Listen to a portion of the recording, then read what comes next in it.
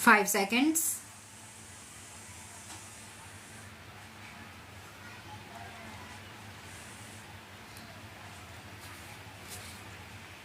Honorable Speaker Sir, a National Digital Library for children and adolescents will be set up for facilitating availability of quality books across geographies, languages and levels, and device easy accessibility. States will be encouraged to set up physical libraries for them at panchayat and ward levels and provide infrastructure for accessing the National Digital Library resources. Additionally, to build a culture of reading and to make up for pandemic time learning loss, the National Book Trust, Children's Book Trust, and other sources will be encouraged to provide and replenish non-circular titles in regional languages and English to these physical libraries.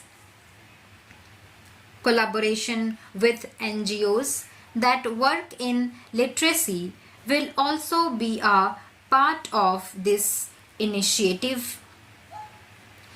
To inculcate financial literacy, financial sector regulators and organizations will be encouraged to provide age-appropriate reading material to these libraries. Prime Minister Vajpayee's government had formed the Ministry of Tribal Affairs and the Department of Development of Northeastern Region to provide a sharper focus to the objective of reaching the last mile. Our government has formed the Ministries of Ayush, Fisheries, Animal Husbandry and Dairying, Skill Development, Jal Shakti and Corporation. Building on the success of the Aspirational Districts program, the government has recently launched the Aspirational Blocks program covering 500 blocks for saturation of essential government services across multiple domains such as health, nutrition, education, agriculture, water resources, financial inclusion, skill development, and basic infrastructure. To improve socio-economic conditions of the particularly vulnerable tribal groups, Pradhan Mantri Development Mission will be launched. This will saturate families and habitations with basic facilities such as safe housing, clean drinking water, and sanitation, improved access to education, health and nutrition, road and telecom connectivity, and sustainable livelihood opportunities. An amount of rupees 15,000 crore will be made available to implement the mission in the next 3 years under the Development Action Plan for the Scheduled Tribes. The outlay for PM Awas Yojana is being enhanced by 66% to over rupees 79,000 crore. Investments in infrastructure and productive capacity have a large multiplier impact on growth and employment. After the subdued period of the pandemic, private investments are growing again.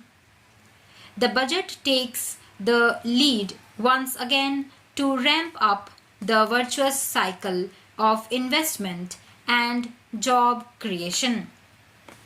Capital investment outlay is being increased steeply for the third year in a row by 33%.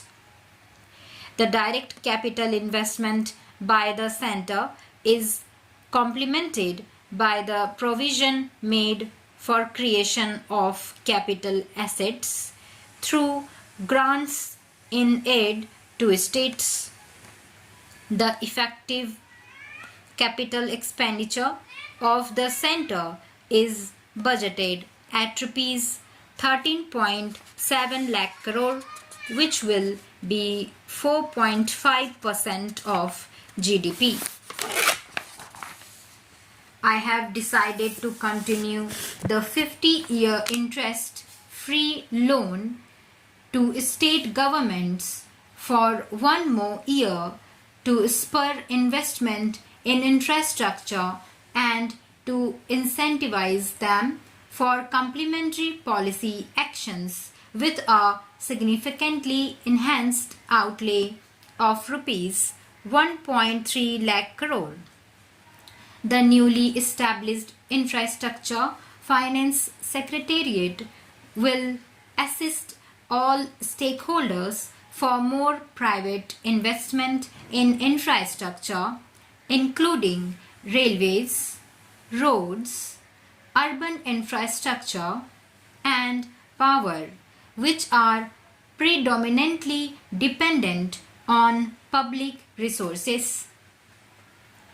The harmonized master list of infrastructure will be reviewed by an expert committee for recommending the classification and financing framework suitable for Amrit Kal. A capital outlay of rupees 2.40 lakh crore has been provided for the railways. This highest ever outlay is about 9 times the outlay made in 2013-14. 100 critical transport infrastructure projects for last and first mile connectivity for ports, coal, steel, fertilizer, and food grains sectors have been identified. They will be taken up on priority with investment of rupees 75,000 crore, including rupees 15,000 crore from private sources. 50 additional airports, helicopters, water aerodromes, and advanced landing grounds will be revived for improving regional air connectivity. States and cities will be encouraged to undertake urban planning reforms and actions to transform our cities into sustainable cities of tomorrow. This means efficient use of land resources, adequate resources for urban infrastructure, transit-oriented development, enhanced availability and affordability of urban land, and opportunities for all. Through property tax governance, reforms and ring fencing user charges on urban infrastructure, cities will be incentivized to improve their credit worthiness for municipal bonds like the RIDF An urban infrastructure development fund will be established through use of priority sector lending shortfall. This will be managed by the National Housing Bank and will be used by public agencies to create urban infrastructure in Tier 2 and Tier 3 cities.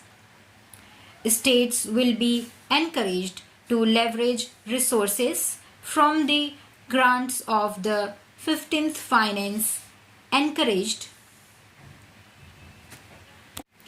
Commission as well as existing schemes to adopt appropriate user charges while accessing the UIDF. We expect to make available rupees 10,000 crore per annum for this purpose. All cities and towns will be enabled for 100% mechanical dislodging of septic tanks and sewers to transition from manhole to machine hole mode. Enhanced focus will be provided for scientific management of dry and wet waste. Stop.